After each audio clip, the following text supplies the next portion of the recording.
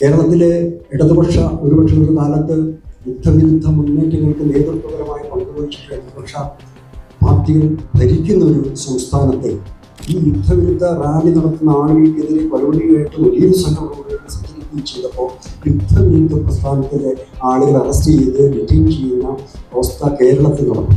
ഒരു വലിയ രീതിയിൽ ആളുകളുടെ പ്രതികരണ ശേഷി കഴിഞ്ഞ ഒരു 10 വർഷത്തിനിടയിൽ വലിയ രീതിയിൽ താഴ്ന്നുകൊണ്ടിരിക്കുകയാണ്. ലോകത്ത് തന്നെ ഇത്തരത്തിലുള്ള വളരെ ചെറിയ മൂവ്മെന്റുകളാണ് വലിയ സർഗാത്മകമായും സൈദ്ധാന്തികമായും വലിയ മുന്നേറ്റങ്ങൾ സൃഷ്ടിച്ചിട്ടുള്ളത്. ഇത്തരത്തിലുള്ള വളരെ ചെറിയ മൂവ്മെന്റുകളാണ്. അങ്ങനെ വളരെ ചെറിയ മൂവ്മെന്റായി ഇന്ന് നമ്മൾ ഈ കാണുന്ന രീതിയിലേക്ക് നമ്മളിവിടെ ആളുകൾ എത്തുകയും നമ്മൾ ക്ഷണിച്ച കേൾക്കാനും പറയാനുള്ള ആൾക്കാർ എത്തുക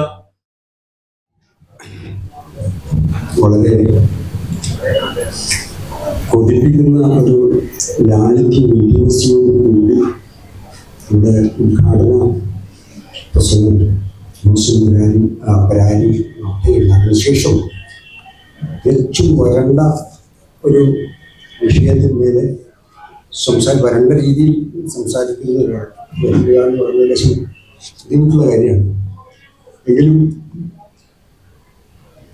വളരെ സന്തോഷമുള്ള ഒരു കാര്യം എന്ന് പറയുന്നത് കഴിഞ്ഞ കുറേയേറെ കാലങ്ങളായി കേരളത്തിൻ്റെ വിവിധ ഭാഗങ്ങളിലുള്ള ചെറിയ ഗ്രൂപ്പുകളുടെ വേദികളിൽ സംസാരിക്കുമ്പോൾ പലപ്പോഴും തലനരച്ച ആളുകളുടെ വലിയൊരു കൂട്ടം കണ്ട് വരുന്നത് അതിൽ തികച്ചും വ്യത്യസ്തമാണ്. വളരെ ആക്റ്റീവായ ഒരു പുതിയ ജനറേഷൻ രാഷ്ട്രീയ വിഷയങ്ങൾ ഏറ്റെടുത്തുകൊണ്ട് സംസാരിക്കാനും ചർച്ച ചെയ്യാനും തയ്യാറായി വരുന്ന അത്തരമൊരു സദസ്സിനോട് സംസാരിക്കുക എന്നുള്ള സന്തോഷം പറഞ്ഞറിയിക്കാൻ പറ്റാം. നമുക്കറിയാം, നമ്മൾ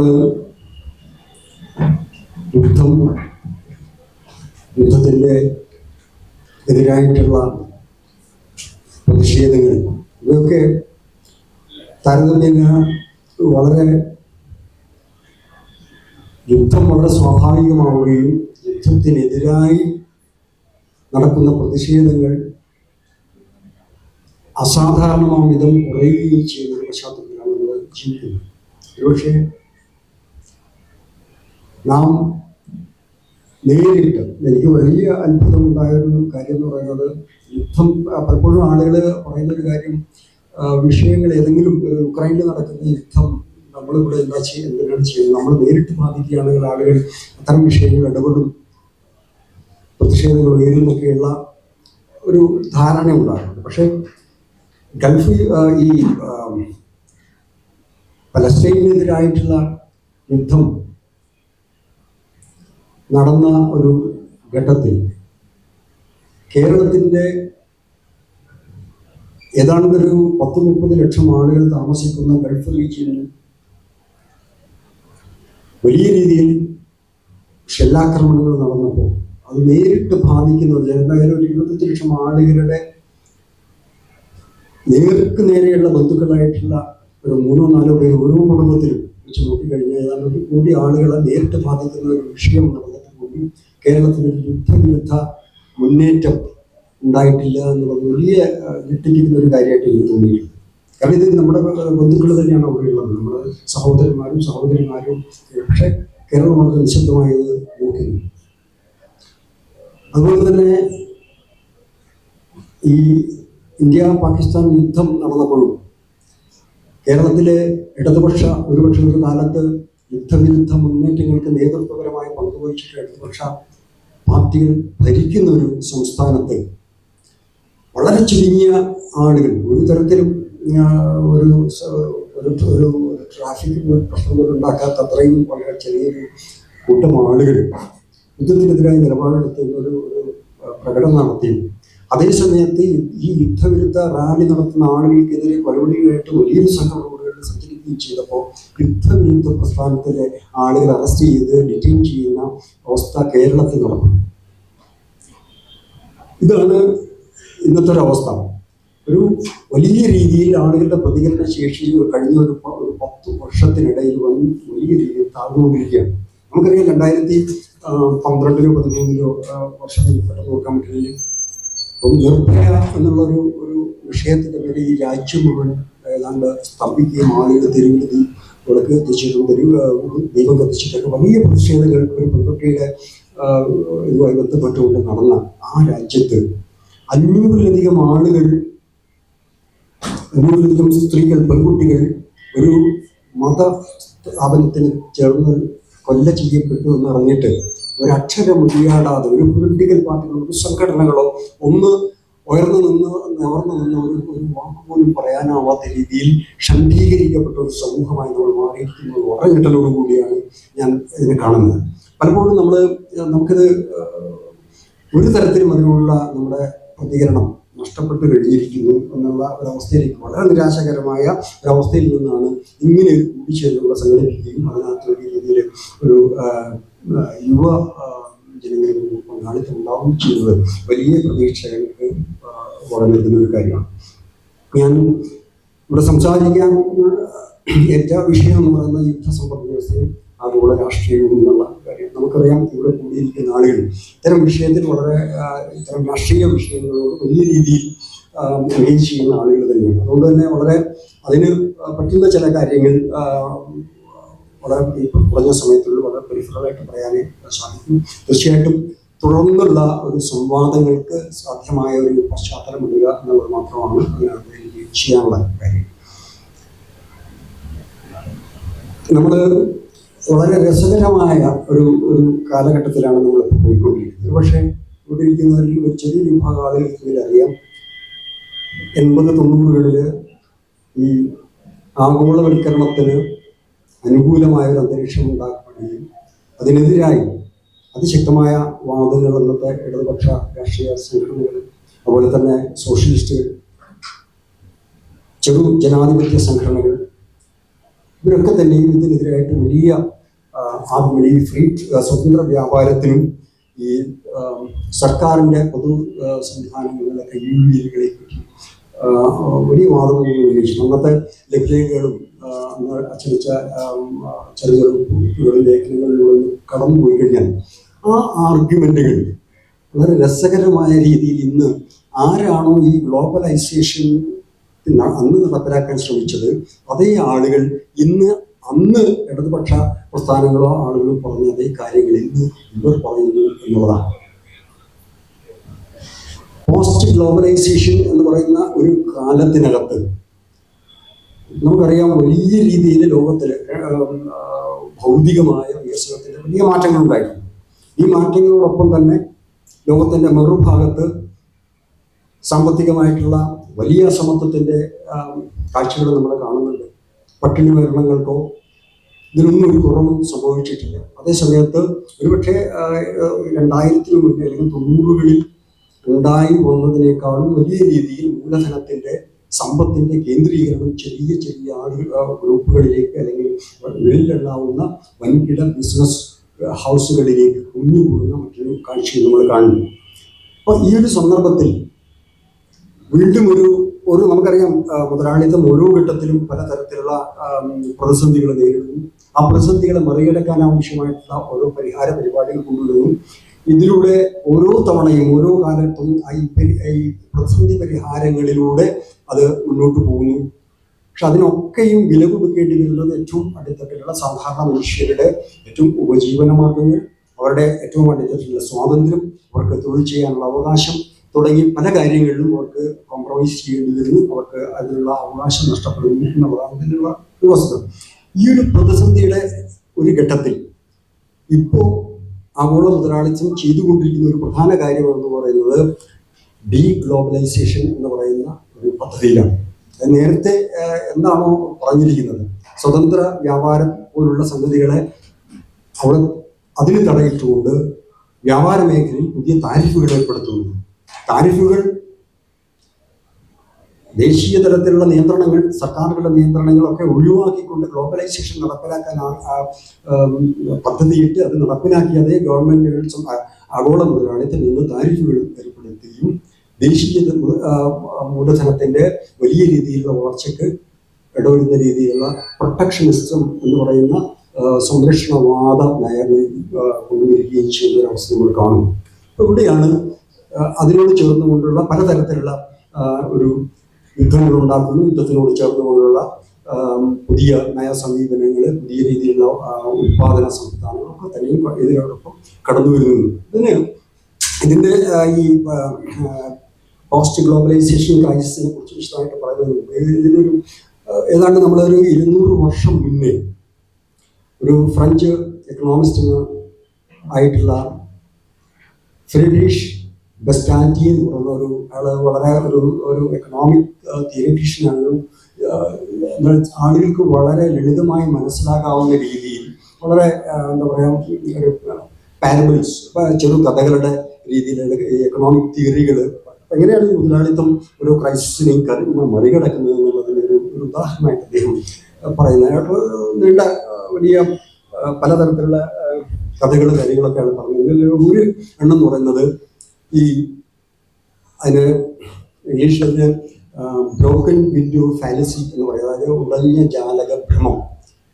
സംഗതികളെ ഒരു കഥരൂപത്തിൽ പറയുന്നത് ഈ മുതലാളിത്തത്തിന്റെ ചില ഭ്രമങ്ങൾ അത് തന്നെയാണ് ഇപ്പോഴും സംഭവിച്ചുകൊണ്ടിരിക്കുന്നത്. അതുകൊണ്ടാണ് ഈ കഥകളുടെ ഈ ഉദാഹരണം പറയുന്നത്. ബ്രോക്കൺ വിൻഡോ ഫാലസിയിൽ ഭാരതത്തിൽ ഒരു സംഭവിക്കുന്ന ഒരു കാര്യം വെച്ചാൽ കുട്ടി ഒരു ജനാല എറിഞ്ഞു പൊളിക്കുന്നു, ജനാലയുടെ ചില്ല് തകരുന്നു. ഇത് സാധാരണ ഗതിയിൽ ആളുകൾക്ക് ദേഷ്യം ഉണ്ടാകും, കുട്ടിയെ ചീത്ത പറയുകയും ചെയ്യുന്ന ഒരു കാര്യമാണ്. പക്ഷെ സംഭവിക്കുന്നത് അവിടെ ഒരു എന്താ പറയുക, ഒരാൾക്ക് ഇത് കാണുന്ന ഒരു ഗ്ലാസ് കച്ചവടക്കാരൻ, ഗ്ലാസ് എന്താ പറയുക ജനലിന്റെ ഗ്ലാസ് വിൽക്കുന്ന കാരണം ഇത് കണ്ടിട്ട് സന്തോഷം വരികയാണ്. കാരണം ആളതിലൂടെ കാണുന്നത് ഈ ഗ്ലാസ് തീർച്ചയായിട്ടും മാറ്റേണ്ടി വരും.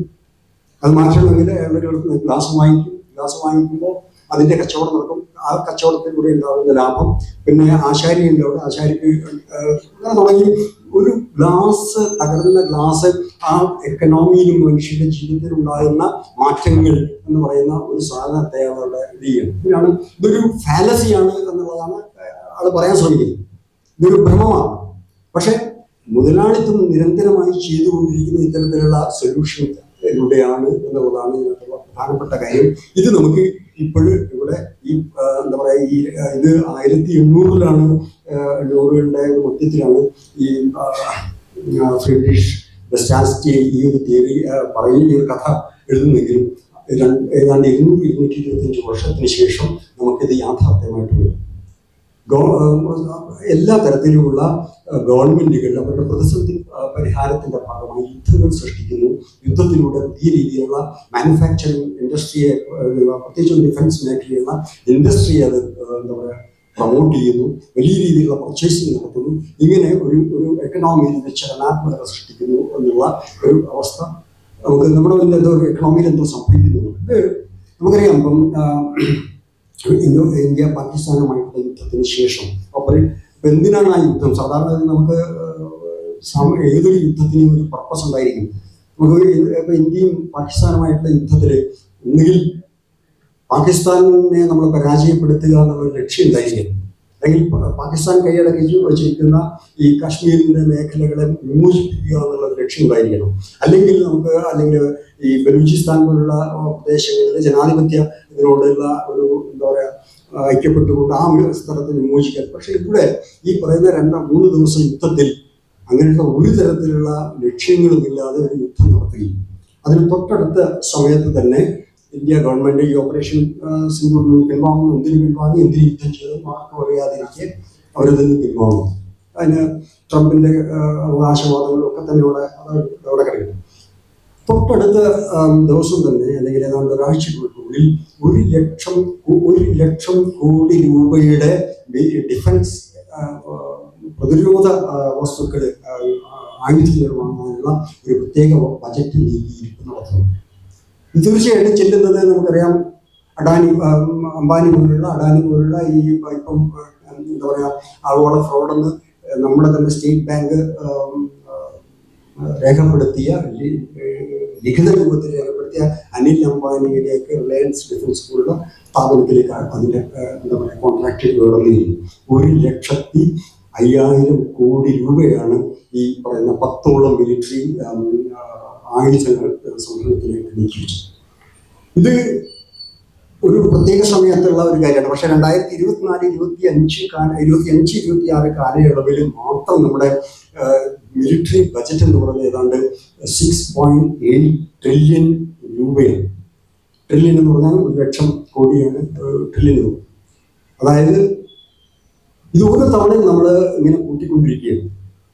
കഴിഞ്ഞ 2024-25 കാലത്ത് നിന്ന് ഇങ്ങോട്ടേക്ക് വരുമ്പോൾ ഏതാണ്ട് നമ്മുടെ ഇന്ത്യയുടെ മിലിറ്ററി ബജറ്റിനകത്ത് 9% വർധനവ് വരികയാണ്. ഇത് നമ്മുടെ ഇന്ത്യയുടെ അല്ലെങ്കിൽ എന്താ പറയുക മോദി ഗവൺമെന്റിന് എന്തെങ്കിലും സവിശേഷ പ്രശ്നമായിട്ട് നമ്മൾ കാണേണ്ടത്. ഇത് നേരെ പാകിസ്ഥാനിൽ ചെന്ന് കഴിഞ്ഞാൽ അവിടെയും കഴിഞ്ഞ വർഷത്തെ ബജറ്റിനേക്കാളും 20% വർധനവ് അവിടെയും സംഭവിക്കുന്നു. ഇത് ചൈനയിലേക്ക് പോകുമ്പോൾ അവിടെയും അതേ രീതി ചൈനയുടെ മിലിറ്ററി ബജറ്റ് എന്ന് പറഞ്ഞാൽ ഇന്ത്യയായിട്ട് യാതൊരു താരതമ്യമില്ല, അതൊരു വലുതാണ്. അവിടെ മൊത്തം ബജറ്റിന്റെ 7% മിലിറ്ററി ബജറ്റ് കഴിഞ്ഞ വർഷത്തെക്കാളും കൂടുന്നു. ലോകത്തിലെ 100-ലധികം രാജ്യങ്ങൾ അവരുടെ മിലിറ്ററി ബജറ്റ് കഴിഞ്ഞ ഒരു വർഷത്തിൽ നിന്ന് മുന്നേ എടുത്ത് നോക്കുമ്പോൾ ഇതേ രീതിയിലുള്ള വർധനവ് 9% വരെയുള്ള വർധനവ് നടത്തുന്നു. ഇത് ക്രമേണ കൂടിക്കൊണ്ടിരിക്കുന്നു. ലോകത്തെമ്പാടുമുള്ള ഒരു മിലിറ്ററി ഇൻഡസ്ട്രിയെ ബിസിനസ് കോംപ്ലക്സിനെ മുഴുവൻ സപ്പോർട്ട് ചെയ്യുന്ന രീതിയിലുള്ള സംവിധാനമായിട്ട് ലോകത്തിന്റെ ഇത് മാറുകയാണ്. ഈ പറയുന്ന 1,00,000 കോടി രൂപ എന്ന് പറയുന്നത് തീർച്ചയായിട്ടും ഈ ഇന്ത്യ മഹാരാജ്യത്തെ ഏറ്റവും അടിത്തട്ടിലെ സാധാരണ മനുഷ്യരുടെ ക്ഷേമത്തിനും വിദ്യാഭ്യാസം, പൊതുജനാരോഗ്യം ഈ പറയുന്ന മേഖലകൾ വീഴ്ചപ്പെടുന്ന ഗുണമാണ്.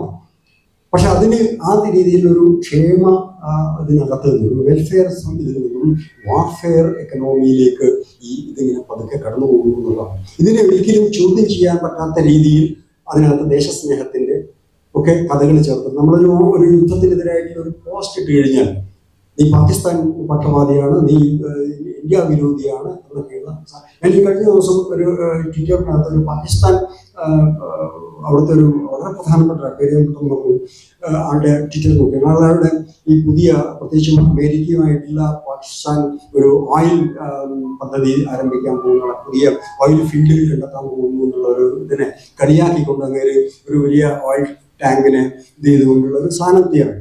ആ പോസ്റ്റിനകത്ത് പോയിട്ട് അവിടുന്ന് ആരും നിങ്ങൾ ദേശദ്രോഹിയാണെന്നുള്ള ഒറ്റ കമന്റ് പോലും എനിക്ക് അതിനകത്ത് കാണാൻ കഴിഞ്ഞില്ല. തീർച്ചയായിട്ടും അതിന് വിരുദ്ധമായിട്ടുള്ള അഭിപ്രായങ്ങളുണ്ട്. പക്ഷേ ഏതെങ്കിലും ഒരു രാജ്യത്തിന്റെ പ്രത്യേകിച്ച് ഇന്ത്യക്കകത്ത് നിങ്ങൾ ഏതെങ്കിലും തരത്തിൽ ഈ പറയുന്ന യുദ്ധവിരുദ്ധ ഏതെങ്കിലും ഒരു കമന്റ് ഒരു പോസ്റ്റർ നിങ്ങളിടുകയാണ് നിരന്തരമായി തെരുവടിയിൽ കേൾക്കേണ്ടി വരുന്ന ഒരവസ്ഥ. അത് ഏറ്റവും അടുത്തിട്ടുള്ള മനുഷ്യർ കൂടി ഈ രീതിയിലേക്ക് മാറ്റുന്ന ഒരവസ്ഥ സംജാതമായിരിക്കുന്നു.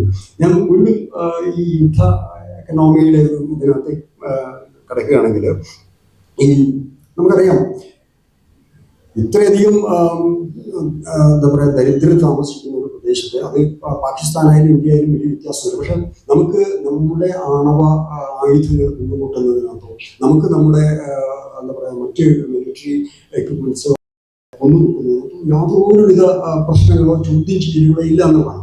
ഇതിനകത്ത് ഏതെങ്കിലും ഒരു രാഷ്ട്രീയ പാർട്ടി ഇന്ന് നിലനിൽക്കുന്ന ഏതെങ്കിലും ഒരു രാഷ്ട്രീയ പാർട്ടികൾ അത് പ്രതിപക്ഷമായാലും വ്യത്യാസമില്ല എന്നുള്ളതാണ് ഇതിനകത്തുള്ള യാഥാർത്ഥ്യം. ഇതിനെ എങ്ങനെയാണ് നമ്മൾ ചോദ്യം ചെയ്യാൻ പോകുന്നത് എന്നുള്ളത് വളരെ പ്രധാനപ്പെട്ട ഒരു കാര്യമായിട്ട് വരുന്നത്. യുദ്ധവിരുദ്ധ പ്രസ്ഥാനങ്ങൾക്ക് ഇനിയുള്ള കാലത്ത് വലിയ റോളുകൾ നിർവഹിക്കാനുള്ള എന്നുള്ളത് യാതൊരു തർക്കമില്ല. അത് കേവലം സമാധാനത്തിന് വേണ്ടിയിട്ടുള്ള ഒരു സംഗതിയല്ലത്. അത് യഥാർത്ഥത്തിൽ ആഗോളതലത്തിലുള്ള ഈ സൈനിക വ്യവസായത്തെ അതിനെ ചേർന്ന് നിൽക്കുന്ന ഏറ്റവും ഡിസ്ട്രക്റ്റീവ് ആയിട്ടുള്ള ഒരു എക്കണോമി. ഞാൻ നേരത്തെ പറഞ്ഞ ഈ ബ്രോക്കൺ വിൻഡോ എന്ന് പറയുന്നത് ഇതാണ്, തകർക്കുക അത് വീണ്ടും പുനഃ സൃഷ്ടിക്കുക എന്നുള്ളതിൽ ഇതിങ്ങനെ നടന്നു പോവുകയാണ്. ഇതിലൂടെ ഉണ്ടാക്കി വരുന്ന തൊഴിലുകൾ അവര് ഈ 1,00,000 കോടി രൂപ സൈനിക മേഖലയിലേക്ക് നീക്കി വെക്കുമ്പോൾ ഗവൺമെന്റ് കരുതുന്നത് ഇതുമായി ബന്ധപ്പെട്ട് ഉണ്ടായി വരുന്ന ആ വ്യവസായം തീർച്ചയായിട്ടും ഈ എന്താ പറയുക മിസൈലുകൾ ഉണ്ടാക്കണമെങ്കിൽ മെറ്റൽ ഇൻഡസ്ട്രി അതുമായി ബന്ധപ്പെട്ട പലതരത്തിലുള്ള ഒരു തൊഴിൽ അവിടെ സൃഷ്ടിക്കപ്പെടുന്നുള്ളതാണ് അവർ പറയുന്ന കാര്യം. അത് തന്നെയാണ് ഇതിന് തൊട്ട് ശേഷം ഇത്ര 1000 തൊഴിലവസരങ്ങൾ ഞങ്ങൾ ഉണ്ടാക്കും എന്ന് വലിയ ആവേശത്തോടെ ഗവൺമെന്റ് പറയുന്നതും ഇതേ ബ്രോക്കൺ വിൻഡോ ഫാലസിയിൽ നിന്നുകൊണ്ട് മാത്രമാണ്. കാരണം ആത്യന്തികമായിട്ട് ഇതൊരിക്കലും ഒരു സമ്പദ് വ്യവസ്ഥയെ ഏതെങ്കിലും തരത്തിൽ അനുകൂലമായി പിന്തുണയ്ക്കുന്ന ഒന്നായിരിക്കില്ല എന്നുള്ളത് വസ്തുതാപരമായിട്ടുള്ള ഒരു കാര്യമാണ്. ഇതിനകത്ത് നമ്മൾ മനസ്സിലാക്കേണ്ടത് ലോകത്തിന്റെ മൊത്തത്തിലുള്ള ഇത് ഏതെങ്കിലും ഒരു ഇന്ത്യയുടെ മാത്രം സവിശേഷ കാര്യമായിട്ട് അല്ലെങ്കിൽ പാകിസ്ഥാനോ അല്ലെങ്കിൽ മറ്റേതെങ്കിലും അമേരിക്കയുടെ മാത്രം കാര്യമില്ല. അതിനപ്പുറത്തേക്ക് ലോകത്തിന്റെ തന്നെ ഒരു പൊതു പ്രശ്നമായിട്ട് ഇത് മാറുന്നു. അതിൽ വളരെ സ്വാഭാവികമായും അമേരിക്ക തൊട്ട് ഇന്ത്യ വരെയുള്ള ഏതാണ്ട് 5-6 പ്രധാനപ്പെട്ട ഇന്ത്യയിലെ ലോകത്തിലെ മേജർ എക്കണോമിക്സ് എന്ന് പറയുന്ന Germany, China, India, US, Russia, ഈ 6 രാജ്യങ്ങളാണ് ലോകത്തിലെ മൊത്തം മിലിറ്ററി എക്സ്പെൻഡിച്ചറിന്റെ 60% കൈകാര്യം ചെയ്യുന്നത്. അപ്പൊ അതിൽ ഇന്ത്യ ഒരു വളരെ പ്രധാനപ്പെട്ട ഒരു രാജ്യമാണ്. ഈ അമേരിക്കക്കൊക്കെ ഒരു ഒന്ന് അല്ലെങ്കിൽ മറ്റ് റഷ്യയൊക്കെ പിന്നെയും അവരുടെ അടിസ്ഥാന കാര്യങ്ങളിൽ ഒരു നിർവഹണം നടത്തിയിരുന്നത്, അല്ലെങ്കിൽ ബേസിക് ആയിട്ടുള്ള കാര്യങ്ങൾ ജനങ്ങൾക്ക് ലഭ്യമാക്കുക എന്നുള്ള ഒരു കാര്യങ്ങളും ചെയ്തിരുന്നു. പക്ഷെ ഇന്ത്യയെ പോലുള്ള ഏതാണ്ട് വലിയൊരു ശതമാനം ആളുകളും 80% ആളുകളും ദാരിദ്ര്യത്തിലേക്ക് താഴെയാണെന്ന് സർക്കാർ തന്നെ സമ്മതിക്കുന്ന ഒരു ഘട്ടത്തിലാണ് ഇത്രയും വലിയൊരു തുക അല്ലെങ്കിൽ മിലിറ്ററി സംവിധാനത്തിന് വേണ്ടി, സൈനിക സംവിധാനങ്ങൾക്ക് വേണ്ടി ഈ സൈനിക ചെലവുകൾ ഏതെങ്കിലും ശത്രുരാജ്യത്തിനകത്ത് ശത്രുരാജ്യവുമായിട്ടുള്ള യുദ്ധത്തിന് വേണ്ടി മാത്രമാണ് ഉപയോഗിക്കുന്നതെന്ന് നമ്മൾ ധരിക്കുന്നത് തീർച്ചയായിട്ടും അത് തെറ്റാണ്. ഇത് ഇന്ത്യക്കകത്ത് തന്നെയും പ്രത്യേകിച്ച് നമുക്ക് ഒരുപക്ഷെ കേരളക്കാരന് ഒരു കാരണവശാലും മനസ്സിലാക്കാത്ത ഒരു കാര്യമാണ്. പക്ഷെ ഛത്തീസ്ഗഡ് പോലുള്ള, ജാർഖണ്ഡ് പോലുള്ള, ഒറീസ പോലുള്ള സംസ്ഥാനത്തിലേക്ക് നിങ്ങൾ കുറച്ചുകൂടി ഉള്ളിലോട്ട് കടന്നു ചെന്ന് കഴിഞ്ഞാൽ അവിടെ നിങ്ങൾ ഇന്ത്യൻ മിലിറ്ററി അവിടുത്തെ പ്രാദേശിക സമൂഹങ്ങൾക്ക് നേരെ ഷെല്ലുകൾ ആക്രമണം നടത്തുന്നതിന്റെ കഥകൾ നമുക്ക് കിട്ടും. ഇതൊരു എന്താ പറയുക, ഒരു കേവലമായിട്ടുള്ള എന്തെങ്കിലും ഒരു ഇന്ന് വരുന്ന വാദങ്ങളല്ല, ഇതവിടെ നടന്നുകൊണ്ടിരിക്കുന്ന കാര്യമാണ്. നിരന്തരമായി ഇതിനകത്ത് വിഭവങ്ങളുടെ എന്താ പറയുക പിടിച്ചെടുക്കുക എന്ന് പറയുന്നത് വളരെ കൃത്യമായിട്ടൊരു പദ്ധതി കൂടി ഇതിനകത്തുണ്ട്. ഈ പറയുന്ന സൈനികമായ അക്യുമുലേഷൻ, ഇത്തരത്തിലുള്ള അക്യുമുലേഷൻ മുഴുവനും വളരെ സ്വതന്ത്രമായി ചെന്നെത്തുന്നത് അവിടുത്തെ പ്രാദേശിക സമൂഹങ്ങൾക്കെതിരായി തന്നെ ആയിരിക്കും എന്നുള്ളതിന് കാശ്മീർ ഉദാഹരണമാണ്. ഈ പറയുന്ന എന്താ പറയുക കിഴക്കൻ ഇന്ത്യ അതിനകത്തുള്ള ഒരു പ്രധാനപ്പെട്ട ഒരു പ്രദേശമാണ്. പല സ്ഥലങ്ങളിലും ഈ സൈനിക സാധാരണഗതിയിൽ സൈന്യത്തെ ഒരു ആഭ്യന്തര ഇതിനകത്ത് ഉപയോഗിക്കാറില്ല, പൊതുവായിട്ടുള്ളൊരു കാര്യമാണ്. പക്ഷെ പലപ്പോഴും നോർത്ത് ഈസ്റ്റിലും അതുപോലെ തന്നെ ഈ എന്താ പറയുക പാരാമിലിറ്ററി സംവിധാനങ്ങളെ ഈ പ്രാദേശിക ജനങ്ങളെ അവരുടെ സ്ഥലങ്ങളിൽ നിന്ന് കുടിയൊഴിപ്പിക്കാൻ അടക്കമുള്ള കാര്യങ്ങളിൽ ഉപയോഗപ്പെടുത്തുന്നു എന്നുള്ളത് നമുക്ക് ഇന്ത്യൻ സന്ദർഭത്തിൽ വളരെ കൃത്യമായിട്ട് കാണാൻ നമുക്ക് സാധിക്കും. ഞാൻ ഈ പറയുന്ന കാര്യങ്ങൾ ഇതിനകത്ത് പറയുന്ന ഒരു പ്രധാനപ്പെട്ട പ്രശ്നം എന്ന് പറയുന്നത് ഒരു നിരന്തരമായി യുദ്ധങ്ങൾ ഉണ്ടാക്കിയും യുദ്ധ അവസ്ഥയിൽ ഒരു മിലിറ്ററി വ്യവസായ ഇൻഡസ്ട്രിയൽ കോംപ്ലക്സിനെ സഹായിക്കുന്ന രീതിയിൽ ഒരു എക്കണോമിയിൽ വർക്ക് ചെയ്യുകയും ചെയ്യുക എന്നുള്ളതിലേക്ക് പോവുകയും ഇതിന് അനുകൂലമായ രീതിയിൽ പൊതുവായ സമൂഹത്തിന് യുദ്ധത്തിനും ദേശസ്നേഹത്തിനും അനുകൂലമായിട്ടുള്ള നിലപാടെടുക്കാൻ നിർബന്ധമാക്കുകയും അവരെ ഒരു തരത്തിലും പ്രതികരിക്കാനുള്ള ഒരു അവസ്ഥ സംജാതമാക്കുകയും ചെയ്യുന്നതാണ്. ഞാൻ വീണ്ടും ഒരു കുറച്ചുകൂടി സമയത്തിൻ്റെ ഒരു പരിമിതിയുള്ളതുകൊണ്ട് കുറച്ചുകൂടി അത് ചുരുക്കിയിട്ട് ഞാൻ ഇതിനകത്ത് ശ്രമിക്കുകയാണ്. നേരത്തെ ഞാൻ പറഞ്ഞു, ഈ പോസ്റ്റ് ഗ്ലോബലൈസേഷൻ പോളിസികളിലേക്ക് ലോകത്തെ തന്നെ ആഗോള മൂലധനത്തെ നയിക്കുന്ന ചില ഘടകങ്ങളുണ്ട്. അതിനകത്ത് പ്രധാനമായിട്ടും 2008 മുതൽ ആരംഭിച്ച ഈ ഒരു ആഗോള മൂലധനത്തിന്റെ പ്രതിസന്ധി, ശരിക്കും പറഞ്ഞാൽ പ്രത്യേകിച്ചും ഈ അമേരിക്കൻ സബ്പ്രൈം മോർട്ട്ഗേജ് ക്രൈസിസ് എന്ന് പറയുന്ന 2008 2007 കാലയളവിൽ ഉണ്ടായിരുന്ന ഈ ഒരു ക്രൈസിസിൽ നിന്ന് കരകയറാൻ മുതലാളിത്തത്തിന് സാധിച്ചിട്ടില്ല എന്നുള്ളതിൽ നിന്നാണ് ഈ പറയുന്ന ഗ്ലോബലൈസേഷന്റെ പ്രതിസന്ധി ലോകം തിരിച്ചറിയാതെ ആഗോള മുതലാളിത്തം തിരിച്ചറിയുകയും ഇപ്പോൾ സംഭവിച്ചു കൊണ്ടിരിക്കുന്ന രീതിയിൽ ഇപ്പൊ നമുക്കറിയാം, ഇപ്പം അമേരിക്ക ഇന്ത്യക്കെതിരായിട്ട് 25% താരിഫുകൾ ഇറക്കുകയാണ്, ഈ പ്രഖ്യാപിക്കുകയാണ്.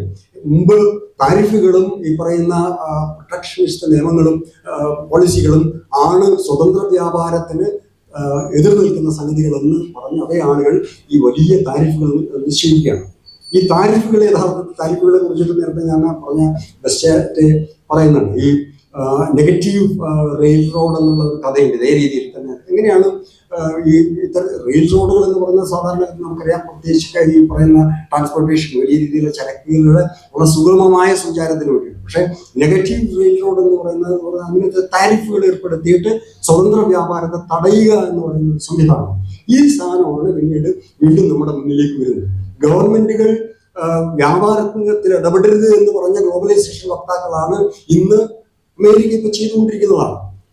ഈ എന്താ പറയാ, പുതിയ ട്രേഡ് പോളിസികൾ നിശ്ചയിക്കുന്നു, വ്യാപാരം ഇങ്ങനെ ആയിരിക്കണമെന്ന് നിശ്ചയിക്കുന്നു, താരിഫുകൾ നിശ്ചയിക്കുന്നു, മുഴുവൻ മാറി മറിയുകയാണ്. അപ്പം നേരത്തെ പറയുന്ന ഗവൺമെന്റ് ഇന്റർവെൻഷൻ പൂർണ്ണമായിട്ടും കുറയ്ക്കുക എന്ന് പറയുന്നതിന് ആധാരമായിട്ടുള്ള കാര്യങ്ങൾ മാറി. ഇതെന്താണ് ഇതിൻ്റെ ഒരു പ്രധാനപ്പെട്ട വിഷയം എന്നുള്ളത് നമ്മൾ ഇവിടെ മനസ്സിലാക്കേണ്ടത് വളരെ വലിയ രീതിയിൽ. ഒന്ന്, ഈ എക്കണോമിക് നാഷണലിസം കൂടുതൽ ശക്തമാവുന്നു. ഇതിൻ്റെ ഒരു ക്രൈസിസ് എന്ന് പറയുന്നത്, നമ്മൾ ദീർഘകാലമായി രാജ്യം സ്വതന്ത്ര രീതിയിൽ പ്രവർത്തിച്ച രാജ്യത്തെ മുഴുവൻ ഒരു ആഗോള എക്കണോമിയിലേക്ക് തുറന്നുവിടാൻ ആഹ്വാനം ചെയ്യുകയും പരസ്പര ബന്ധിതമായിട്ടുള്ള ഒരു എക്കണോമിക് പ്രവർത്തിക്കാനും ചെയ്യാനും പറയുന്ന ഒരു സ്ഥലത്ത് നിന്നാണ് അമേരിക്ക പോലുള്ള രാജ്യങ്ങൾ വീണ്ടും ഒരു എക്കണോമിക് നാഷണൽ, ഒരു സാമ്പത്തിക ദേശീയതയിലേക്ക് വീണ്ടും അവർ വരികയാണ്. അതിന്റെ കാരണം അവർക്ക് അവിടെ അവരുടെ രീതിയിൽ നേരത്തെ ഉദ്ദേശിച്ച രീതിയിലുള്ള പുതിയ തൊഴിലവസരങ്ങൾ ഉണ്ടാക്കാനോ ഒന്നും സാധിക്കുന്നില്ല എന്നുള്ള വസ്തുത അവിടെ നിൽക്കുകയാണ്. ഇപ്പം ഏറ്റവും പുതിയ കണക്കനുസരിച്ച് സാധാരണഗതിയിൽ നിന്ന് വ്യത്യസ്തമായിട്ട് വലിയ രീതിയിൽ തൊഴിൽ അവസരങ്ങൾ സൃഷ്ടിക്കാൻ അവർക്ക് കഴിയില്ലെന്ന് മാത്രമേ ഈ ജൂലൈ മാസത്തെ അമേരിക്കൻ ജോബ് മാർക്കറ്റിൽ ക്രിയേറ്റ് ചെയ്ത ഒരു തൊഴിലവസരങ്ങൾ 73,000 തൊഴിലവസരങ്ങൾ മാത്രമാണ്. ഇത് ഈ 73,000 കണക്കറിയണമെങ്കിൽ അതിന് തൊട്ടു മുന്നിലുള്ള മാസങ്ങളിൽ 2.5 ലക്ഷം വരെ തൊഴിലുകൾ ഉണ്ടായി ക്രിയേറ്റ് ചെയ്തപ്പെട്ടൊരു സ്ഥലത്താണ് ഇത് സംഭവിച്ചുകൊണ്ടിരിക്കുന്നത്. അപ്പൊ എല്ലാ ലോകത്തിന്റെ വിവിധ ഭാഗങ്ങളിൽ രാജ്യങ്ങളെ ഓരോന്നായിട്ട് തൊട്ട് തൊഴിൽ എന്ന് പറയുന്നത് വലിയൊരു പ്രതിസന്ധിയിലേക്ക് എത്തിപ്പെട്ടിരിക്കുന്നു. ഇതിലൊക്കെ ഇന്ത്യയിൽ തന്നെ നമുക്ക് ഏറ്റവും റീസെന്റ് ആയിട്ട് ഏതാണ്ട് 12,000 തൊഴിലുകൾ ഈ TCS ആളുകളെ ഒഴിവാക്കുകയാണ്. ഇത് വ്യാപിച്ചുകൊണ്ടിരിക്കുകയാണ്. ഇപ്പം ഗിഗ് എക്കണോമിയെ കുറിച്ചൊക്കെ പറയാം. ഇതിനോട് അനുബന്ധമായി വരുന്ന ഗിഗ് എക്കണോമിയും അതിന്റെ തൊഴിലുകളെ കുറിച്ചൊക്കെ പറയുകയാണെങ്കിൽ വലിയ രീതിയിൽ നമുക്ക് അതിന്റെ പ്രതിസന്ധികൾ നമുക്ക് മനസ്സിലാക്കാം. ഞാൻ സമയത്തിന്റെ ഒരു പരിധി ഉള്ളതുകൊണ്ട് ഞാൻ ഇവിടെ കുറയ്ക്കുകയാണ്, ഇതിനെ ചുരുക്കുകയാണ്. ഇതിലൊന്ന് നമ്മൾ മനസ്സിലാക്കേണ്ട 2-3 കാര്യങ്ങൾ. ഒന്ന്, നിലവില് ഇപ്പോൾ ഉള്ള ഒരു പ്രധാനപ്പെട്ട വിഷയം എന്ന് പറയുന്നത് ഈ റിസോഴ്സിന്റെ ക്രൈസിസ് വളരെ വ്യാപകമായി കൊണ്ടിരിക്കുന്നതാണ്. പ്രകൃതി വിഭവങ്ങൾ വളരെ സുലഭമായി കിട്ടിക്കൊണ്ടിരുന്ന ഒരു സ്ഥലത്ത് നിന്ന് വലിയ പ്രതിസന്ധി. ഈ നമ്മൾ എന്താ പറയാ, ഓപ്പറേഷൻ സിന്ദൂറുമായി ബന്ധപ്പെട്ടുകൊണ്ട് അങ്ങനെ ഒരു വിഷയം നടന്നപ്പോൾ എത്രയും പെട്ടെന്ന് 1960 മുതൽ നിലനിന്നിരുന്ന ഒരു ഇൻഡസ് വാട്ടർ ട്രീറ്റി വളരെ പെട്ടെന്ന് തന്നെ കട്ട് ചെയ്യുകയാണ് പാകിസ്ഥാൻ. ഇത് എന്തെങ്കിലും ഒരു എന്താ പറയുക, യുദ്ധത്തിലുള്ള ഒരു രോഷം കൊണ്ട് സംഭവിക്കുന്നതല്ല. ഇത് യഥാർത്ഥത്തിൽ ഈ പ്രത്യേകിച്ചും സൗത്ത് ഏഷ്യൻ മേഖലയിലെ 3 പ്രധാനപ്പെട്ട വാട്ടർ സ്ട്രെസ് ആയിട്ടുള്ള രാജ്യങ്ങളിൽ ഒന്ന് ഇന്ത്യയാണ്, മറ്റൊന്ന് ചൈനയാണ്. ആഗോള ജലഭൂപടത്തിന്റെ ഒരു ഇത് എടുത്ത് നോക്കിയാൽ നമുക്കത് മനസ്സിലാക്കും. അപ്പോൾ ഏറ്റവും പ്രധാനപ്പെട്ട വെള്ളം എന്ന് പറയുന്നത് ഒരു ക്രൈസിസ് ആണ്. ഈ ക്രൈസിസിനെ യഥാർത്ഥത്തിൽ ഡീൽ ചെയ്യുന്നതിന് പകരം എങ്ങനെയാണോ അതിനെ ആ ഒരു പ്രതിസന്ധിയെ മറികടക്കുന്നത്, അതിന് പകരം ഇത് ഈ ഇൻഡസ് വാട്ടർ ട്രീറ്റി റദ്ദ് ചെയ്തുകൊണ്ട് ചെയ്യാണ്. ഇത് ഏറ്റവും അടിസ്ഥാനം. ഇത് പാകിസ്ഥാനിലെ ഏതെങ്കിലും ഒരു റിച്ച് അവിടെ യുദ്ധങ്ങളെ പറ്റി പോളിസി തീരുമാനമെടുക്കുന്ന ആളുകളെ ബാധിക്കുന്ന കാര്യമല്ല, അടുത്ത് നമ്മളെ തന്നെ സഹോദരന്മാരായിട്ടുള്ള സാധാരണക്കാരെ കർഷകരെ ബാധിക്കുന്ന ഒരു വിഷയമാണ്. ഇതിനെ നമ്മൾ വലിയൊരു വിജയമായിട്ട് ആഘോഷിക്കും. എന്നാൽ അപ്പുറത്ത് ചൈനയിൽ നിന്ന് വരുന്ന, പ്രത്യേകിച്ചും ചൈനയിൽ നിന്ന് ടിബറ്റിൽ നിന്ന് വരുന്ന ബ്രഹ്മപുത്ര നദിയിൽ ടിബറ്റൻ ഭാഗത്ത് അവിടെ വലിയ രീതിയിൽ ഈ ലോകത്ത് ഇനി ഇതുവരെ വരുന്നതിൽ ഏറ്റവും വലിയ അണക്കെട്ട് ശൃംഖലകൾ, ഞാൻ മറന്നു ചൈനീസ് പേരായിരുന്നു, ആ സ്ഥലത്ത് വലിയ അണക്കെട്ടുകളുടെ ശൃംഖല പണി, ലോകത്തിൽ തന്നെ 3 ഗോർജസിനെ മറികടക്കുന്ന രീതിയിലുള്ള അണക്കെട്ടുകൾ പണിയാനുള്ള പദ്ധതികൾ ആരംഭിച്ചു കഴിഞ്ഞിരിക്കുന്നു. ഇതിനെ നൈതികമായി നേരിടാൻ നമുക്ക് സാധ്യമല്ല, കാരണം നമ്മളിപ്പുറത്ത് ചെയ്തിരിക്കും. പറഞ്ഞു വരുന്നത്, ഒന്ന്, ഇത് വെള്ളത്തിന്റെ മാത്രം കാര്യമല്ല, ഓയിലിന്റെ അടക്കം കാര്യങ്ങളിൽ, മിനറൽസിന്റെ കാര്യങ്ങളിൽ ഒക്കെ തന്നെയും വലിയ രീതിയിലുള്ള ക്രൈസിസ് ലോകം നേരിട്ടുകൊണ്ടിരിക്കുന്നു. ആ ക്രൈസിസിന്റെ ചെറിയ ബഹിർഗമനങ്ങൾ മാത്രമാണ് ഈ റഷ്യൻ ഓയിൽ വാങ്ങണോ, അമേരിക്കൻ ഓയിൽ വാങ്ങുന്നതൊക്കെയുള്ള തർക്കങ്ങളായിട്ട് വരുന്നത്. ഇത് അതിൻ്റെ മേലെ തന്നെ നടക്കുന്ന ഒരു ഇതിനെ പരിഹരിക്കാനുള്ള മുതലാളിത്തത്തിനെ ഇത് പരിഹരിച്ച് ജനങ്ങളെ ശരിയായ രീതിയിൽ ഇത് കൊണ്ടുപോകുക എന്നുള്ളത് അവരുടെ ലക്ഷ്യമേ അല്ല. അതിന് പകരം ഈ ട്രേഡ് വാറുകൾ, താരിഫ് വാറുകൾ പ്രഖ്യാപിക്കുകയോ അല്ലെങ്കിൽ യുദ്ധങ്ങളിൽ ഏർപ്പെടുകയോ ചെയ്യുക എന്നുള്ള തരത്തിലുള്ള ഒരു പ്രതിസന്ധി പരിഹാരങ്ങളിലേക്ക് അത് മാറുന്നു എന്നുള്ളതാണ് ഇതിനകത്ത് പ്രധാനപ്പെട്ട ഒരു കാര്യമായിട്ട് പറയാനുള്ളത്. ഇന്ത്യൻ ഒരു സാഹചര്യത്തെ കൂടി നമ്മൾ മനസ്സിലാക്കേണ്ടത്, നമ്മൾ പലപ്പോഴും നമ്മൾ പറഞ്ഞു ഈ സ്ഥിരമായി കേട്ടുകൊണ്ടിരിക്കുന്ന കാര്യം ഇന്ത്യ 5 ട്രില്യൺ എക്കണോമിയിലേക്ക് കിടക്കുകയാണെന്നൊക്കെ ശരിയാണ്. ഒരു ലോകത്തിലെ തന്നെ ഏറ്റവും വളരെ എന്താ പറയുക ഉയർന്ന ജനസംഖ്യയുള്ള ഒരു രാജ്യമാണ് ഇന്ത്യ. ചൈനയും മറികടന്നു വരുന്നത്. ആ രാജ്യത്ത് സ്വാഭാവികമായിട്ടും 41 കോടിയിലധികം ജനങ്ങളുള്ള സ്ഥലത്ത് അവിടുത്തെ GDP സ്വാഭാവികമായും ഉയർന്നിരിക്കും. അപ്പം അത് GDP വലുപ്പം ആ രീതിയിൽ തന്നെയായിരിക്കും. പക്ഷേ അത് അടിസ്ഥാന തട്ടിലേക്ക് നോക്കുമ്പോൾ 4ാമത്തെ തന്നെയാണ് ലോകത്തിന്റെ എന്താ പറയുക വലിപ്പമുള്ള സമ്പദ് വ്യവസ്ഥയുള്ള രാജ്യങ്ങൾ 4ാമതാണ് ഇന്ത്യ. അതിന് തർക്കമില്ല. പക്ഷേ ആളോഹരി GDP തലത്തിലേക്ക് അത് കടന്നു വരുമ്പോൾ വളരെ സ്വാഭാവികമായിട്ടും ലോക രാജ്യങ്ങളിലെ 177ാമത്തെ രാജ്യമായി മാറുന്നു എന്നുള്ള വസ്തുതയെ നമ്മൾ കൃത്യമായിട്ട് തന്നെ മനസ്സിലാക്കേണ്ടതുണ്ട്.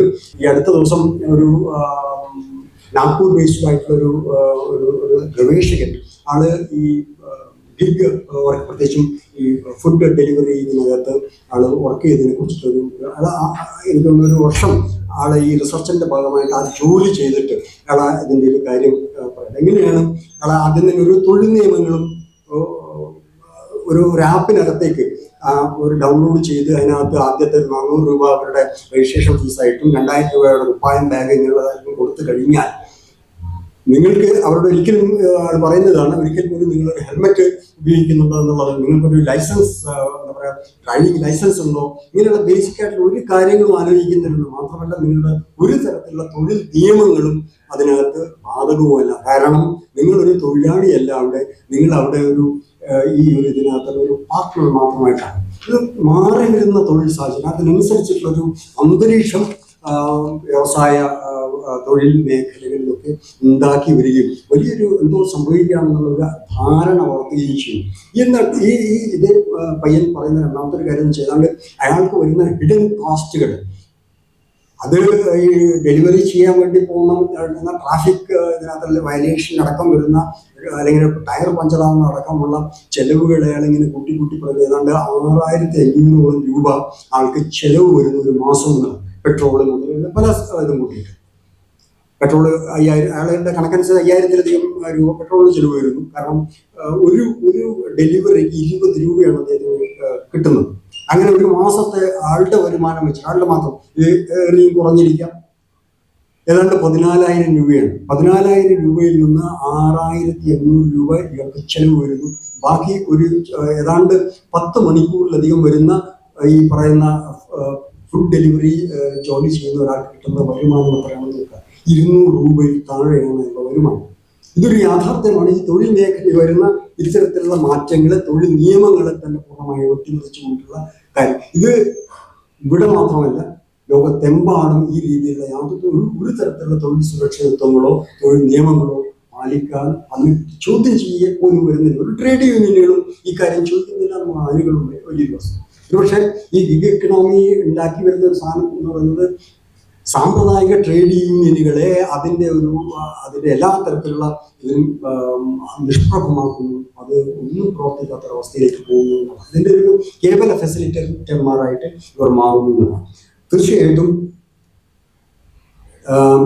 ആഗോള സമ്പദ് വ്യവസ്ഥ നമുക്ക് വലിയ എന്താ പറയുക നമ്മുടെ മുന്നിൽ ചില വളരെ പ്രകാശമാനമായിട്ടുള്ള ചില കാഴ്ചകളൊക്കെ കാണിക്കുന്നത് വലിയ രീതിയിലുള്ള ക്രൈസിസിലേക്ക് തന്നെയാണ് പോയിക്കൊണ്ടിരിക്കുന്നത്.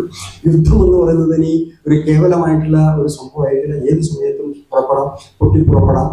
അത് മാത്രമല്ല, അത് 2 രാജ്യങ്ങൾ തമ്മിലുള്ള യുദ്ധം മാത്രമായിട്ട് മാറേണ്ട കാര്യം ഉണ്ടെന്ന് തോന്നുന്നില്ല. അവർക്ക് സ്വന്തം ജനതയ്ക്ക് നേരെ പോലും ആയുധങ്ങൾ പ്രയോഗിക്കാൻ യാതൊരു തരത്തിലുള്ള നൈതികമായ ധാർമ്മികമായ പ്രശ്നമില്ലാത്ത ഒരു ഗവൺമെന്റും സംവിധാനങ്ങളുമായി മാറിക്കൊണ്ടിരിക്കുന്നു. ഈ വീണ്ടും നമ്മുടെ കേരളത്തിലേക്ക് ഇതിപ്പോ മോദിയുടെ മാത്രം വർഷമല്ലായിരുന്നു നമുക്ക് വീണ്ടും ബുദ്ധിമുട്ട്. കാരണം ഈ സമരം എന്താ പറയുക, ഈ യുദ്ധവിരുദ്ധ സമരം നടത്തിയ ആളുകൾ, റാലി നടത്തിയ 5-8 പേരെ അറസ്റ്റ് ചെയ്ത് വെച്ച അതേ ഗവൺമെന്റിന്റെ പാർട്ടി കഴിഞ്ഞ ദിവസം പ്രസ്താവന ഇറക്കുകയുണ്ടായി. യുദ്ധത്തിനെതിരായി നിലപാടെടുത്തത് തെറ്റായിപ്പോയി എന്നുള്ളത് നിലപാടെടുക്കും. പക്ഷെ എന്നിട്ടും യുദ്ധത്തെ അതിൻ്റെ സത്തയിൽ എതിർക്കാനോ അതിനോട് എൻഗേജ് ചെയ്യാനോ ഈ പറഞ്ഞ എന്താ പറയുക മിലിറ്ററി എക്കണോമിയോട് അല്ലെങ്കിൽ നോൺ എക്കണോമിയോട് എൻഗേജ് ചെയ്യാനോ കേവലമായ ഒരു യുദ്ധവിരുദ്ധ പ്രസ്താവന കൊണ്ട് നേരിടാവുന്ന കാര്യമല്ലത്. അതാണ് ഇതിനകത്ത് പ്രധാനമായിട്ടും പറയാനുള്ളത്. ഇതൊരു എക്കണോമിയാണെന്നും ആ സമ്പദ് വ്യവസ്ഥയോട് നമ്മൾ എൻഗേജ് ചെയ്യുമ്പോൾ മാത്രമാണ് യഥാർത്ഥത്തിലുള്ള യുദ്ധവിരുദ്ധ മുന്നേറ്റങ്ങൾ അത് മാറുകയും ചെയ്യും. ഇത് വരുന്ന കാലം എന്ന് പറയുന്നത് യുദ്ധവിരുദ്ധ പ്രസ്ഥാനങ്ങളുടെ കാലം. തീർച്ചയായിട്ടും ഇന്ന് ഇവിടെ ഇങ്ങനെ ഒരു വിഷയം അതിലെ വളരെ സജീവമായി ചെറുപ്പക്കാരുടെ കൂട്ടായ്മ ഏറ്റെടുത്തതിന് അങ്ങേയറ്റം അവരോട് എനിക്കുള്ള ആദരവും നന്ദിയും അറിയിച്ചുകൊണ്ട് ഈ പരിപാടിയിലേക്ക് സംസാരിക്കാൻ ക്ഷണിച്ചുള്ള നന്ദി അറിയിച്ചു.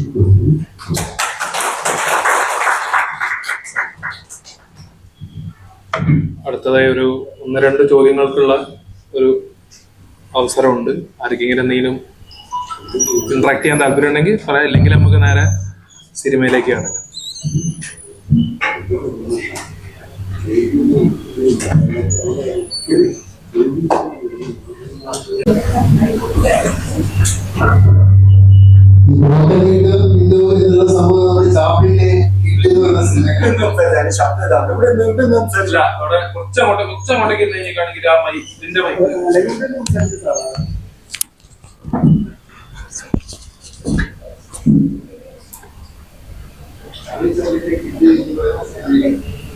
നമ്മളത് കണ്ടിട്ടുണ്ട്. പിന്നെ ഞാൻ പറയുന്നത് ബ്രോക്കൺ വിൻഡോ എന്ന് പറയുന്ന സംഗതി പണ്ട് ബ്രിട്ടനിൽ ഒരുപാട് സാമ്പത്തിക പ്രതിസന്ധി ഉണ്ടായപ്പോൾ ആർഎസ്പിനെ സംബന്ധിച്ച് അവർക്ക് പ്രശ്നമാണ്. അത് ഭയങ്കര സാമ്പത്തിക വിദഗ്ധനാണ് അവർ. കാരണം സ്മിത്തിനോട് പറഞ്ഞത് എന്താണ് ഈ ബ്രിട്ടനിലെ സാമ്പത്തിക പ്രതിസന്ധി പരിഹരിക്കാൻ നിർദ്ദേശിക്കാറുണ്ട്. അത് പറഞ്ഞൊരു മറുപടി എന്താ വെച്ചാൽ നമ്മൾ റോഡ് സൈഡിൽ മുതൽ കുഴിക്കുക 2 സൈഡിലും, എന്നിട്ട് പിന്നെ നമ്മൾ കുഴി നേരത്തെ ഇത് ആർഎസ്പി പറഞ്ഞതാണ്. ഇതാണ് നമ്മൾ തൊഴിലുറപ്പ് നടക്കുന്നത്. അതുകൊണ്ട് രാജ്യത്തിനുമായിട്ട് ഒരു നേട്ടമില്ല. കാരണം ജനങ്ങളിലേക്ക് പൈസ എത്തിക്കുക എന്നാണ് ഉദ്ദേശിച്ചത്. ജനങ്ങളിലേക്ക് പൈസ എത്തിക്കുക കൂടിയായിട്ടും, പിന്നെ അത് മാർക്കറ്റിലെത്തും, വീട് സാധനമായിരിക്കുന്നു, അത് കൃഷിക്കാരുടെ എത്തും. അങ്ങനെ എക്കണോമി വർദ്ധിക്കൊണ്ടിരുന്നതാണ് അയാൾ മുൻകൂട്ടി കണ്ടത്. പിന്നെ നമ്മൾ ഈ തൊഴിലുറപ്പ് പദ്ധതി ഈ സംഗതി എന്നാണ് ഞാൻ പറയുന്നത്. എന്ന് പറയാൻ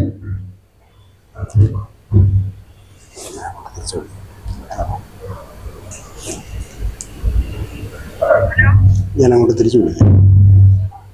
ഈ ഇത്തരത്തില് ആഗോളതലത്തിൽ തന്നെ വലിയ തോതിലുള്ള കടന്നാക്രമണം സാധാരണ മനുഷ്യർക്കെതിരെ ആണ് ഇതിന്റെ എല്ലാ ആക്രമണങ്ങളും അവസാനിച്ചെടുക്കുന്നത്.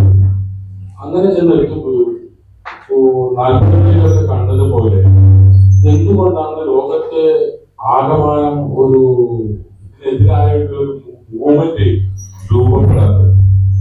ഇന്ത്യയിൽ മാത്രമല്ല, ഇതൊരു ആഗോള പ്രതിവർഷമായി മാറുകയാണ് ഈ ചൂഷണത്തിന്റെ ഗതി. എന്തുകൊണ്ടായിരിക്കാം അത്തരത്തിലുള്ള ഒരു ഉണ്ടാകാത്തത്? ഒപ്പം ഇന്ത്യയിലും ഈ ആഗോളീകരണം കടന്നു വരുന്ന കാലത്ത് ഉണ്ടായ ആ ധർണയും പ്രകടനവും അല്ലാതെ ആഗോളീകരണം സാധ്യമായ കാലത്ത് എന്തുകൊണ്ട് അത് സാധ്യമായ കാലത്ത് അതിനെ തുരത്തുവാനുള്ള, പ്രതിരോധിക്കാനുള്ള, അതിനെ മറികടന്നുകൊണ്ട് ഉള്ള ഒരു സമ്പദ്ഘടനയ്ക്ക് വേണ്ടിയുള്ള അല്ലെങ്കിൽ അത്തരത്തിലുള്ള ഒരു മൂവ്മെന്റ് പോരാട്ടം എന്തുകൊണ്ട് രൂപപ്പെടുന്നില്ല എന്നതും വലിയ രീതിയിൽ ആശ്ചര്യപ്പെടുത്തുന്നുണ്ട്. നമ്മുടെ കയ്യിൽ പുതിയ ടൂൾ എന്തുകൊണ്ട് എന്നതാണ്. പോരാട്ടങ്ങൾക്ക് അന്ന് 90-കളിൽ കടന്നു വന്ന സമയത്ത് നടത്തിയ ധർമ്മയും പ്രകടനവും ഉപയോഗിക്കുക. അത് സാധ്യമായ ലോകത്ത് പുതിയ ടൂളുകൾ നാം കണ്ടെത്തണം. ഈ നമുക്ക് അറിയാവുന്നവരോ എന്താ പറയാ മുല്ലപ്പൂ വിഭവത്തില് 2 ചെറുപ്പക്കാരിൽ നിന്ന് തുടങ്ങി ആഫ്രിക്കയിലും മധ്യപൂർവ്വ മേഖലയിലും വലിയ മൂവ്മെന്റുകൾ രൂപപ്പെടുത്താൻ 2 ചെറുപ്പക്കാർക്ക് സാധിച്ചു. അതേപോലെ തന്നെ വാൾസ്ട്രീറ്റ് 2 ചെറുപ്പക്കാർ നടത്തിയ ഇടപെടൽ അവിടുത്തെ ഏറ്റവും വലിയ പിന്നെ അമേരിക്കയിലെ ഏറ്റവും വലിയ ഇൻഷുറൻസ് കമ്പനി തകർന്ന് തരിപ്പണമായി. അവര് നടത്തിയത് പുതിയ കാലത്തെ പുതിയ രീതിയിൽ നടത്തിയ ഇടപെടല, വൈറസുകൾ കയറ്റിക്കൊണ്ടായിരുന്നു ആ മേഖലയെ. അത്തരത്തില് നമ്മള് ഇത്തരത്തിൽ ജനതക്കെതിരെ ഈ മൂലധന കേന്ദ്രീകരണ ശക്തികൾ കടന്നാക്രമണം നടത്തുന്നു. പുതിയ ടൂളുകൾ കണ്ടെത്താനുള്ള എന്ത് ശ്രമമാണ് നമ്മുടെ രാജ്യത്ത് നടക്കുന്നത്, എങ്കിലും നടക്കുന്നുണ്ടോ എന്ന് ഒരു ആശങ്ക പങ്കുവെക്കും.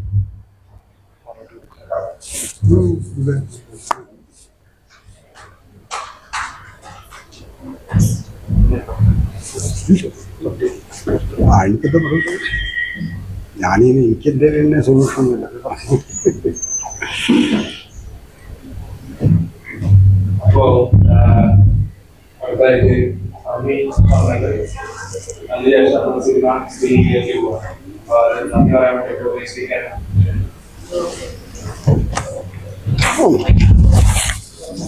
ഹലോ. ഒരു പ്രോഗ്രാം അതിന്റെ എല്ലാവിധ ചർച്ചകളും അതിന്റെ ഒരു സൊസൈറ്റിയും ഒക്കെ നമ്മൾ രൂപീകരിച്ച് കഴിഞ്ഞിട്ടുണ്ട്. ലോകത്ത് തന്നെ ഇത്തരത്തിലുള്ള വളരെ ചെറിയ മൂവ്മെന്റുകളാണ് വലിയ സർഗാത്മകമായും സൈദ്ധാന്തികമായും വലിയ മുന്നേറ്റങ്ങൾ സൃഷ്ടിച്ചിട്ടുള്ളത്. ഇത്തരത്തിലുള്ള വളരെ ചെറിയ മൂവ്മെന്റുകളാണ്. അങ്ങനെ വളരെ ചെറിയ മൂവ്മെന്റായി ഇന്ന് നമ്മൾ ഈ കാണുന്ന രീതിയിലേക്ക് നമ്മളിവിടെ ആളുകൾ എത്തുകയും നമ്മൾ ക്ഷണിച്ച കേൾക്കാനും പറയാനുള്ള ആൾക്കാർ എത്തുക, അത് പിന്നെ വാണിജ്യ സിനിമന്റെ ആളും അതല്ലാത്ത ആളുകളൊക്കെ ഇവിടെ എത്തുക എന്ന് പറയുന്നത് നമ്മളെ മൂവ്മെന്റിന്റെ ഒരു വലിയ വിജയമായിട്ട് നമ്മൾ മനസ്സിലാക്കേണ്ടതുണ്ട്. പിന്നെ അപ്പോ ഈ ഇവിടെ നിങ്ങൾ എത്തുന്നതിന് വളരെ പ്രധാനപ്പെട്ട കാരണങ്ങളിൽ ഒന്ന് ഈ ചിന്ത ഉണ്ടാവുക എന്നുള്ളതാണ്. ആ ചിന്ത ഉണ്ടാക്കിയിട്ടുള്ള ആളാണ് നമ്മളിവിടെ പിന്നെ പ്രോഗ്രാം കോർഡിനേറ്റ് ചെയ്തിട്ടുള്ള അലനും അതുപോലെ തന്നെ താഹിം ഒക്കെ അങ്ങനെയുള്ള വലിയൊരു ഒരു കൂട്ടം ചെറുപ്പക്കാരുണ്ട്. അപ്പോ അവർക്ക് ഇതിന്റെ ഒന്നാമതായിട്ടുള്ള ഒരു നന്ദി അറിയിക്കുകയാണ്. അതോടൊപ്പം തന്നെ നിങ്ങൾ ഈ പ്രോഗ്രാം കാണുകയും അറിയുകയും ചെയ്തിട്ടുള്ളത് പിന്നെ പോസ്റ്റേഴ്സിലൂടെയും കാര്യങ്ങളൊക്കെയാണ്. അങ്ങനെ പോസ്റ്റേഴ്സ് ഉണ്ടാക്കിയിട്ടുള്ളത് അലിയും അതുപോലെ തന്നെ മുഹ്സിൻ മുനീർ എന്ന് പറയുന്ന ഇവിടെ എത്താൻ പറ്റാത്ത ഒരാളാണ്.